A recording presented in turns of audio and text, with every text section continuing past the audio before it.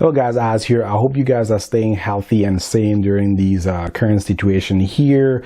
I know for extroverts, my wife is one. It is really hard to self-isolate right now and stay sane. So I'm helping the best I can and to keep her entertained and stuff like that. Being an introvert, I don't see much of a challenge staying at home, but I can understand definitely that other people might not see this as something that is convenient. But for the sake of everybody else, I would say staying home and trying to reduce how many people get it at the same time, so our hospitals are not overwhelmed, is a good thing or contribution on your part.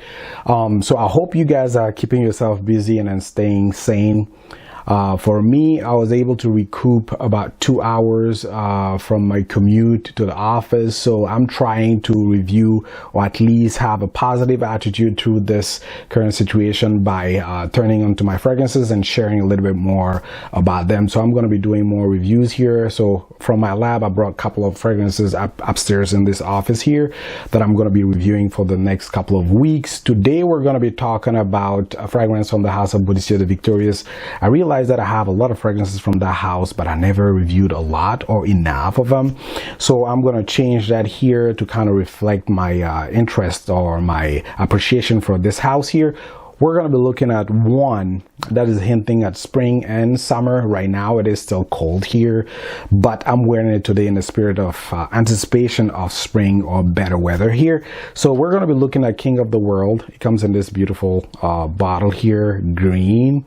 This is part of the Emerald collection, and then the shield is always beautiful to look at, the cap as well. And in the back it says King of the World. So beautiful presentation overall. So on to smell here. This one is pretty straightforward. Is really easy to enjoy and fit for spring and summer.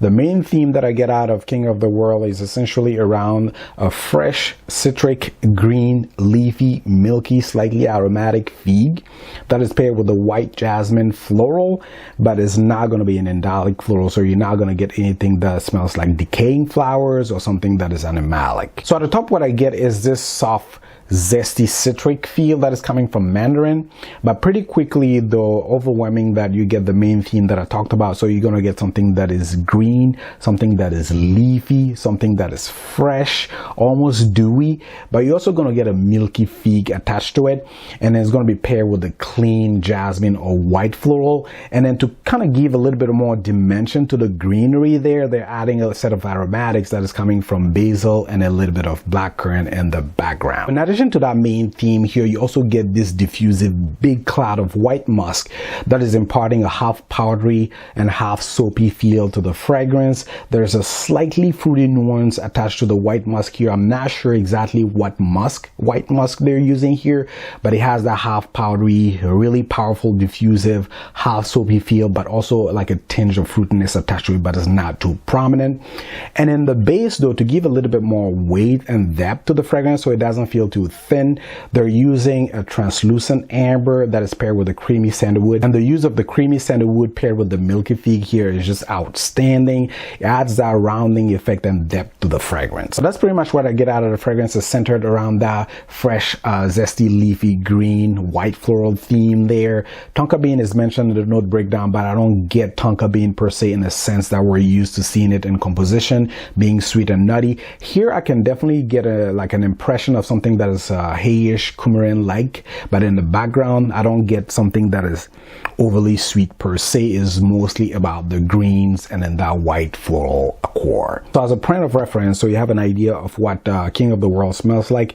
If you've tried pure white cologne from the House of Creed, you have a good idea of what King of the World smells like.